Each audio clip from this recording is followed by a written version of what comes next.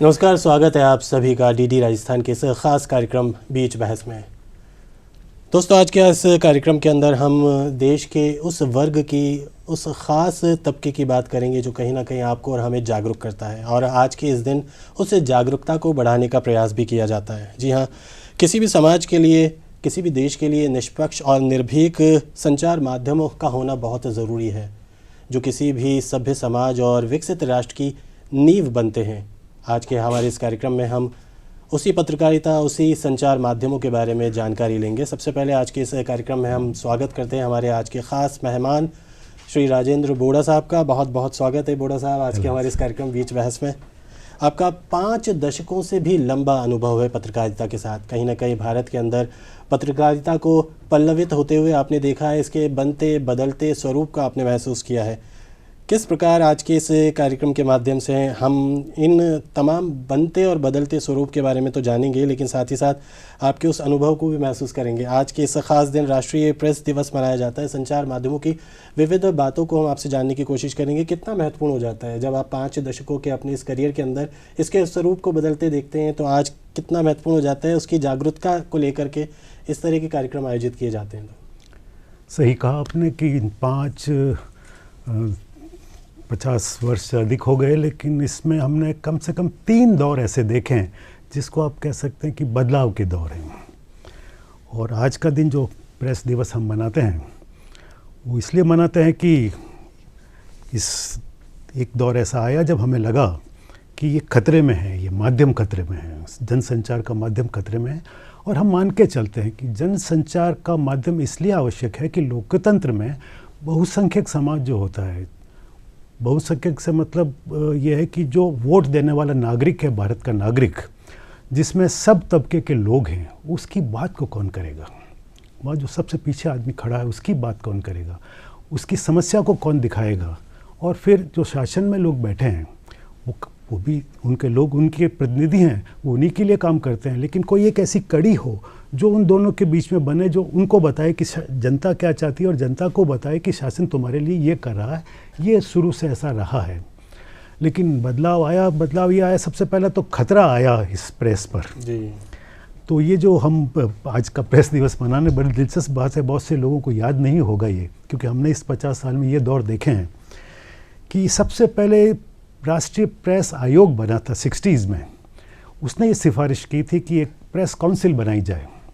वो क्यों बनाई जाए? वो इसलिए बनाई जाए कि ये जो मीडिया है, आज हम मीडिया कहते हैं, उस ज़माने में सिर्फ प्रिंट मीडिया हुआ करता था, तो वो मीडिया बिगड़ ना जाए और वो मीडिया स्वतंत्र भी रहे, बिगड़े हुए लोग उसको काबू में ना कर लें और ये अब बेकाबू ना हो जाए। इसके लिए कोई ऐसी परिषद बनाई जाए।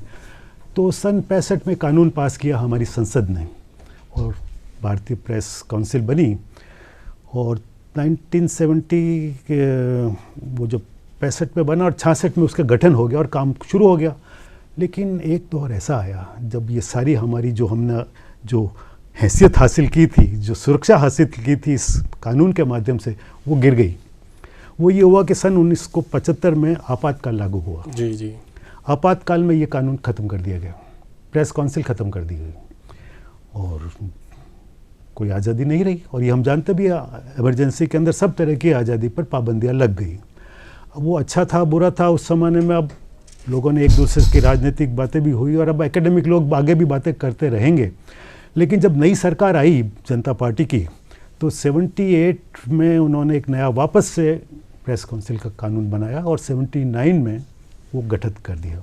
बड़ा साहब, आपको रोकना चाहूँगा, ये वाकई में इतिहास के अंदर संक्षिप्त काल था, लेकिन आपने जिस तरह से बताया, और वाकई में अगर हम संचार माध्यमों की बात करें, आज़ादी से पहले ही कहीं ना कहीं इसके महत्व को हमने महसूस किया था और भारत निर्माण के अंदर इसका महत्वपूर्ण योगदान भी रहा। वो भले ही कई जन आंदोलन हो, जैसे सांस्कृतिक रहे, सामाजिक रहे, और उसके बाद आपातकाल का दौर हमने देखा है। उससे पहले और उसके बाद के परिदृश्य को हम एक अलग अलग नज़रिए से देखते हैं। तो पहले के साथ और उसके बाद बदलते दौर को हम किस तरह से आंक सकते हैं, और मौजूदा दौर के अंदर जब हम देखते हैं कि संचार माध्यमों के अंदर और विविधता जुड़ गई है, जिसमें महत्वपूर्ण है डिजिटल माध्यम, इसको लेकर हम अलग से बात करेंगे, लेकिन इन 3 चीज़ों को हम कैसे क्लब कर सकते हैं? असली चीज़ है कि आप आज़ादी के दौर में जाएं, उस ज़माने की पत्रकारिता को देखें और आज़ादी के जस्ट बाद के 10 से 1 साल 10-15 साल की पत्रकारिता देखें, उसमें और उसके बाद की पत्रकारिता में मुझे जो फ़र्क नज़र आता है वो ये था, वो जो पत्रकारिता थी वो व्यवसाय के लिए नहीं थी, मिशन था। मिशन ना कहें आप, मिशन कहने से तो बहुत बड़ी चीज़ हो जाती है लेकिन सारे जो स्वतंत्रता सेनानी थे वो कहाँ से आते थे? या तो वो वकील थे या अखबार के संवाददाता थे या अपना अखबार निकालते थे। इवन महात्मा गांधी ने 6 अखबार निकाले जी। क्योंकि लोगों तक कैसे पहुँचें, आपके पास जनसंचार के और कोई साधन था नहीं, ये एक साधन था जिसके जरिए आप लोगों तक पहुँचते थे। तो उस समय जो पत्रकारिता में जो लोग काम करते थे उनका एक ध्येय पैसा कमाना नहीं होता था। तो हम कहेंगे उस ज़माने में भी बड़े अखबार होते थे, और वो बड़े अखबार कौन निकालते थे? सामान्य लोग तो छोटे अखबार निकालते ही थे, लेकिन वो बड़े अखबार भी वो लोग निकालते थे जो बड़े बड़े व्यवसाय चलाते थे। लेकिन अगर आप उस ज़माने के अखबारों का व्यवसाय देखें तो वो कमाई करने के लिए नहीं निकालते थे, उनके सारा जो अखबार का घाटा था वो अपना दूसरे व्यवसाय से पूरा करते थे। लेकिन उनको लगता था कि नहीं, ये हमारा फ़र्ज़ है, समाज के प्रति उनका जो दायित्व है वो दायित्व समझ के ये अखबार को करते थे। और वो फिर उसमें उनका दखल भी नहीं होता था मालिकों का, क्योंकि घाटे में ही चलता था, उससे कमाना तो है नहीं। तो एक अच्छा संपादक लाते थे, अच्छे लोग लाते थे और उनके भरोसे सौंप देते थे। और वो लोग नैतिक रूप से इतने जिम्मेदार लोग होते थे कि आज हम उनको याद ही कर सकते हैं, और उनकी याद हमको अच्छा बनाने को प्रेरणा देती है। स्वतंत्रता के पश्चात हम देखते हैं कि प्रेस की महत्ता और साथ ही साथ दायित्व को आप किस नज़रिए से देखते हैं और उसका निर्वहन कैसे किया, स्पेशली जब हम प्रेस काउंसिल ऑफ इंडिया की बात करें तो? शुरू में ये हुआ कि आज़ादी के बाद में एक समाजवादी समाज बनाने की कोशिश की हमने, और उसमें एक डेवलपमेंट जर्नलिज्म की तरह बात होती थी हमारे। हम जब नौजवान थे तो हमें यही पढ़ाया सिखाया जाता था कि भाई डेवलपमेंट जर्नलिज्म भारत का जो विकास करना है उसमें सब शामिल हैं। तो उसमें मीडिया भी शामिल है, आम जनता भी शामिल है। तो हमारा काम भी उस विकास में बढ़ोतरी करना। तो उसमें क्या बढ़ोतरी करना कि हमारे यहाँ निरक्षरता थी, तो लोगों में निरक्षरता ना हो, पर लोग पढ़े लिखें, बच्चों को स्कूल भेजें और उनके अधिकार क्या ये जाने हैं। तो ये हमारा काम था कि उनको जागृत करें। और सरकार भी चाहती थी कि ये सब हमारी जो योजनाएं हैं वो लोगों तक पहुँचे, इसकी जानकारी कौन देगा? तो हम मीडिया के जरिए हम उनको ये जानकारी देते थे। तो एक रोल था कि जागरूक करने का लोगों को, और ये जागरूक करने का बहुत अच्छे तरीके से हमने निभाया।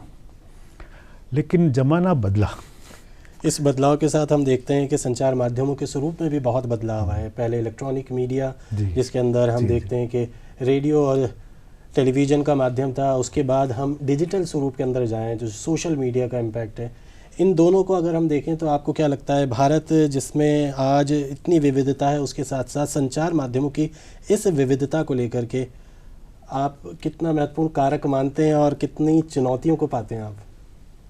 कोई भी नई चीज़ आएगी तो चुनौती लेके आएगी, लेकिन 70 के बाद जो बदलाव आया वो 2 कारणों से आया। एक तो टेक्नोलॉजी के कारण, पहले खाली छपा हुआ प्रिंट मीडिया था, उसमें बदलाव आया कि ऐसी मशीनें बनने लगी जो बहुत ज़्यादा तेज़ी से अखबार को छाप सकती थी। पहले धीरे में छपती थी, फिर ज़्यादा छपने लगे, तो अखबारों का प्रसार बढ़ा।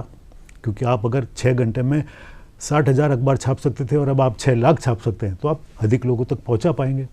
तो एक प्रिंटिंग टेक्नोलॉजी में बदलाव आया। फिर क्या हुआ, इलेक्ट्रॉनिक टेक्नोलॉजी आ गई, जिसमें रेडियो बढ़ा, टेलीविज़न आ गया। तो अगर आप 70 के बाद देखें तो एक चीज़ मुझको महसूस होती है कि 70 के बाद एक इकोनॉमी में भी बदलाव आया पूरी दुनिया में। जी। क्या आया कि हम समाजवाद से पूंजीवाद की तरफ चले गए, कैपिटलिज्म मतलब एफ्लुएंट की इकोनॉमी में चले गए। वो साथ में बढ़ रहा है और साथ में टेक्नोलॉजी आ रही है। और जो टेक्नोलॉजी आई वो इसलिए नहीं आई कि कोई समाज को भला करने वाली है, वो किसी को मुनाफा देने वाली है। तो वो अखबार वालों को भी सबसे पहले जब न्यूज़ चैनल्स और ये इलेक्ट्रिक मीडिया आया है, इलेक्ट्रॉनिक मीडिया ही आया, जिसको कहें आप, डिजिटल तो बाद की बात है, वो जो आया तो क्योंकि बाज़ार का प्रेशर बढ़ा। जब आप कैपिटलिस्टिक इकोनॉमी में जाएंगे तो बाज़ार का प्रेशर आया, तो सरकार पर ये प्रेशर हुआ कि सरकार की हर जगह दखलंदाजी क्यों हो। क्योंकि पहले अगर प्राइवेट अखबार थे लेकिन सरकार के हाथ में था रेडियो, और फिर बाद में टेलीविज़न आया तो वो भी सरकार के हाथ में था, तो वो खुला।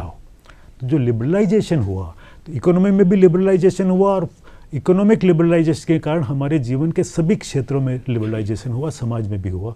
और फिर प्राइवेट चैनल्स आए। वो जब आए, वो क्यों आए? उनका काम कोई समाज को जगाना नहीं था, उनको इसके अंदर मुनाफा दिखता था। क्योंकि एक बार आपने एक चैनल लागू कर दिया तो एक इनिशियल इन्वेस्टमेंट होता है, उसके बाद फिर आप, तो हार्डवेयर में तो बहुत ज़्यादा खर्चा था नहीं उनका, अब सॉफ्टवेयर में खर्चा है। तो जब मुनाफा कमाने वाली कोई कंपनी काम करती है तो क्या देखती है कि भाई खर्चा कम करो और आय ज़्यादा हो, तो खर्चा कम क्या करें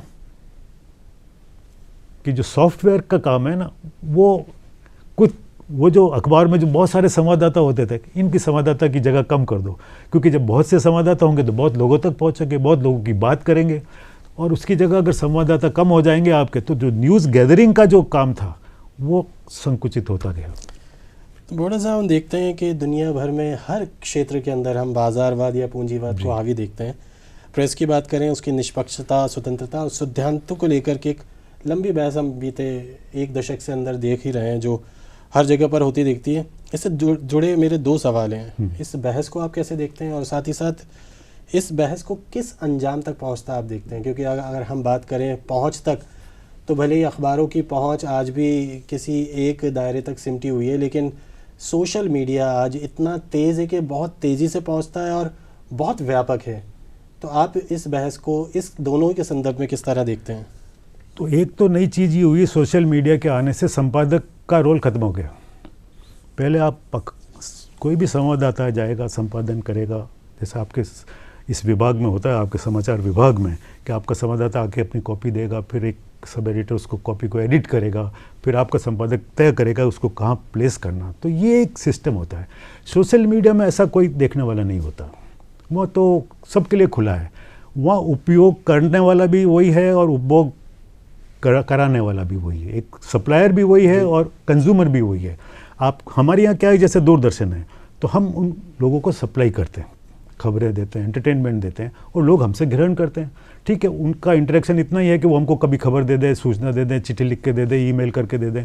लेकिन सोशल मीडिया में ये है कि कौन खबर देने वाला है और कौन खबर लेने वाला है, इसका ये ब्लड हो गया और कोई नियंत्रण नहीं रहा, कौन क्या कहेगा।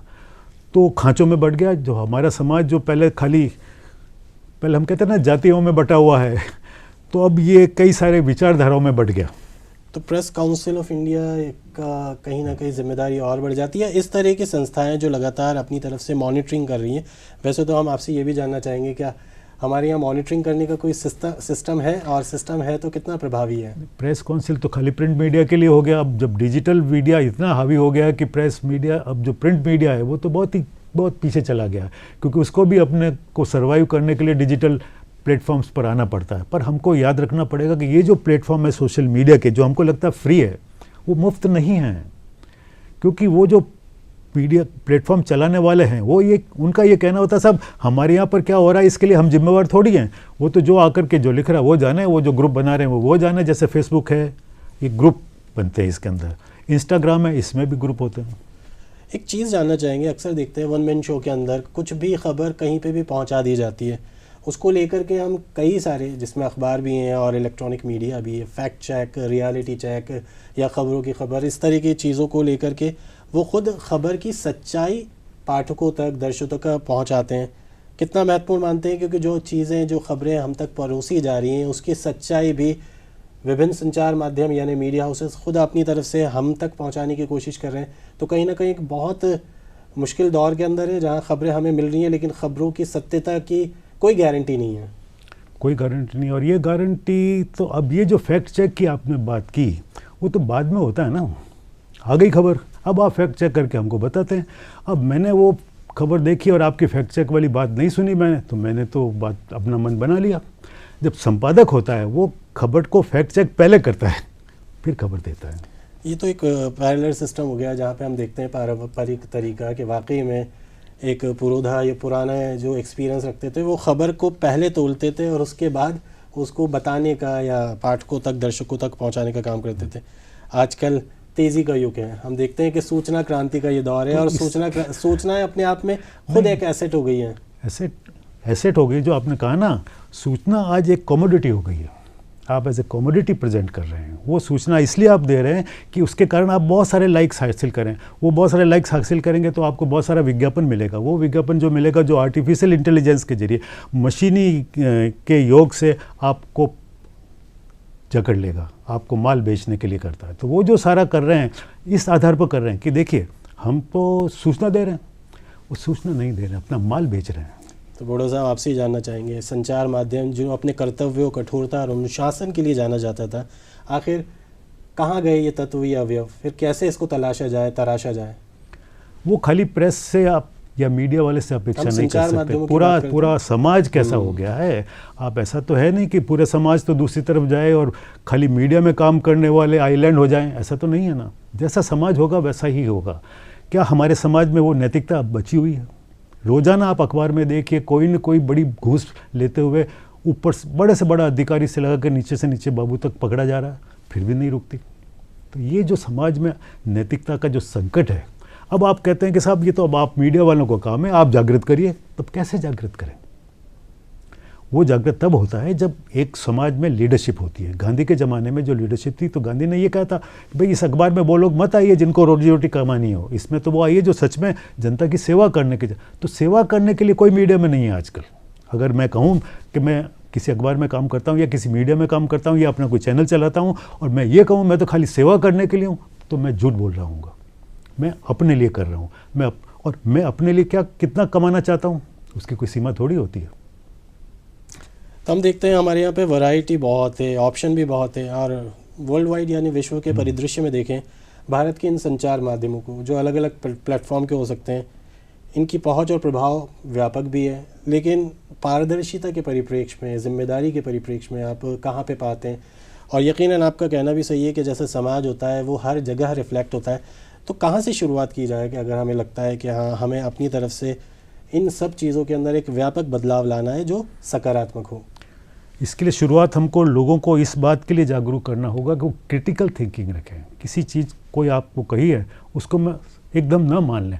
अभी क्या होता है कि सोशल मीडिया पर एक चीज़ आई और मुझे बड़ा अच्छा लगा, मैं उसको पूरा पढ़ने से पहले ही उसको फॉरवर्ड कर दूंगा अपने 10 दोस्तों को, वो 10 दोस्त अपने 100 दोस्तों को, और एक झूठी चीज़ सब जगह फैल जाएगी। तो हमको कहीं न कहीं लोगों को इसलिए बात के लिए तैयार करना पड़ेगा कि आपके सामने कोई सूचना आई है तो पहले 1 सेकंड रुकिए, 2 सेकंड रुकिए, उस पर अपना दिमाग लगाइए और जानने की कोशिश कीजिए ये कितनी सच है। मैं कई बार ये होता है जब बिल्कुल खोटी खबर आती है और उनसे अपने दोस्त से पूछता हूँ वापस, भाई ये कहाँ से रहा? वो क्या यार मेरे को तो आगे से आई थी मैंने चला दी। ये जिम्मेवार नागरिक, हम भारत के लोग, संविधान में अगर नागरिक जिम्मेवार होगा तब ये सारी चीज़ें जिम्मेदार होगी। और आप चाहें कि मैं जिम्मेदार हो जाऊं और सारे नागरिक जिम्मेदार ना हो, ऐसा तो नहीं हो सकता। व्यक्ति की इकाई के रूप में हमारे पास बहुत बड़ी जिम्मेदारी है, हमें उस जिम्मेदारी को समझना होगा। और बोड़ा साहब जिस अंदाज में बोल रहे हैं, यकीनन अगर व्यक्ति के रूप में हम पहली इकाई के रूप में अपनी तरफ से जिम्मेदारी ले लें और थोड़ी सी कोशिश करके हम उस खबर की सत्यता की जांच कर लें, जिसको लेकर के भी हम देखते हैं कि सोशल मीडिया पर ही बहुत सारे ऐसे संदेश भी हैं जो बताते हैं कि अगर आप किसी खबर को फैक्ट चेक करना चाहें तो उसके बारे में भी कर सकते हैं। ये अच्छी बात है सोशल मीडिया की कि दूसरी तरफ जो झूठ फैला रहे हैं उनका झूठ तो फैल रहा है, लेकिन ऐसे लोग भी कम नहीं है जो उन झूठ का प्रतिकार करते हैं, उनके खिलाफ खड़े हैं। तो सोशल मीडिया दोनों के लिए है, पर ये दुधारी तलवार है, कौन किस पर हावी हो जाता है। पर अब हमारी कोशिश ये होनी चाहिए कि सच्चे लोग इस पर हावी हो जाएं। बोड़ा साहब एक चीज़, क्योंकि हम देश के तौर पर देखते हैं कि हमारे अंदर बहुत विविधता है, वो हर क्षेत्र के अंदर है, भौगोलिक रूप से भी, खाने पीने को लेकर, सांस्कृतिक रूप से भी, वैचारिक रूप से भी।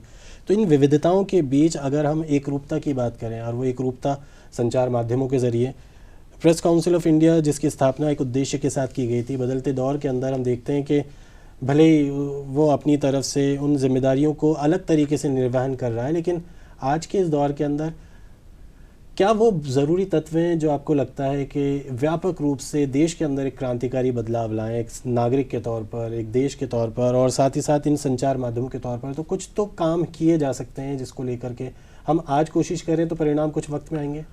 पहला काम तो यही किया जा सकता है, जैसा आपने कहा कि हमारे यहाँ इतनी विभिन्नताएँ हैं और हम उस विभिन्नता को, ये विभिन्नताएं हमारी स्ट्रेंथ है, यही हमारी खूबसूरती है। इस विभिन्नता में जब हम एकता करते हैं ना, तो एक वर्ग ये कहने लगता है सबको एक जैसा बना लो। सबको हमको एक जैसा नहीं बनाना है, सबको अपने अपने तरीके से फलने फूलने देना है, लेकिन उसका जो गुलदस्ता बनाना हमें, ये हम सिखाएं लोगों को कि भाईचारा सिखाएं। आपकी भाषा कोई हो सकती है, आपका रंग कोई हो सकता है, आपकी जाति कोई हो सकती है, आपका धर्म कोई हो सकता है, लेकिन आफ्टर ऑल आपका खून भी वही है, ABC जो होता है मेरा भी वही है। तो लोगों में ये फीलिंग हो कि ये अलग नहीं है, हम फिर भी एक हम खूबसूरत हमारा गुलदस्ता है।